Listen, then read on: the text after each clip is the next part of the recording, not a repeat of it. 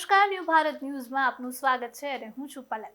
જાણીએ રાજ્યમાં વરસાદનો મિજાજ કેવો છે. હવામાન વિભાગ દ્વારા આગામી 5 દિવસ સુધી સમગ્ર રાજ્યમાં ભારેથી અતિભારે વરસાદની કડક આગાહી જાહેર કરવામાં આવી છે. દક્ષિણ ગુજરાતના 5 જિલ્લામાં રેડ એલર્ટ જેવી સ્થિતિ વચ્ચે પ્રશાસને પણ સાવચેત રહેવાની સૂચના આપી છે. ગુજરાતમાં ચોમાસું અત્યંત તીવ્ર અને આક્રમક બનતા હવામાન વિભાગે આગામી 5 દિવસ માટે ભારેથી અતિભારે વરસાદની ચેતવણી જાહેર કરી છે.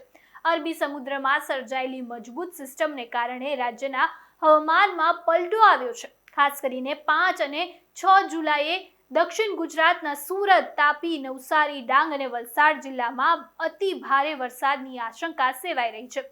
લો પ્રેશર અને સાયક્લોન સર્ક્યુલેશન સક્રિય થવાને કારણે સૌરાષ્ટ્ર, ગીર સોમનાથ, અમરેલી અને ભાવનગરમાં પણ મેઘ તાંડવ જેવી સ્થિતિ સર્જાઈ શકે છે.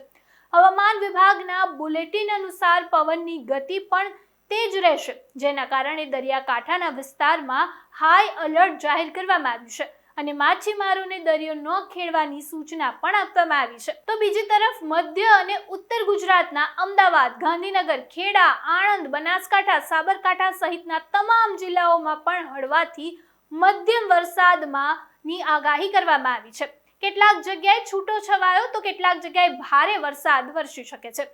સતત વરસી રહેલા આ વરસાદને પગલે નદી નાળા છલકાયા છે અને પ્રશાસન દ્વારા નીચાણવાળા વિસ્તારમાં રહેતા લોકોને તાત્કાલિક સાવચેતી રાખવા અને જરૂર પડે તો સ્થળાંતર કરવા માટે એલર્ટ રહેવાની સલાહ આપવામાં આવી છે. હવામાન વિભાગે લોકોને સત્તાવાર હવામાન અપડેટ પર નજર રાખવા અને કોઈ પણ અફવા પર વિશ્વાસ ન કરવાની પણ અપીલ કરી છે. ભારે વરસાદ દરમિયાન વીજળી પડવાની શક્યતા હોય છે ત્યારે ખુલ્લા મેદાનમાં જવાનું ટાળવું, પાણી ભરાયેલા રસ્તા પરથી પસાર ન થવું અને વહીવટી તંત્ર દ્વારા આપવામાં આવતી સૂચનાઓનું પાલન કરવું જરૂરી છે.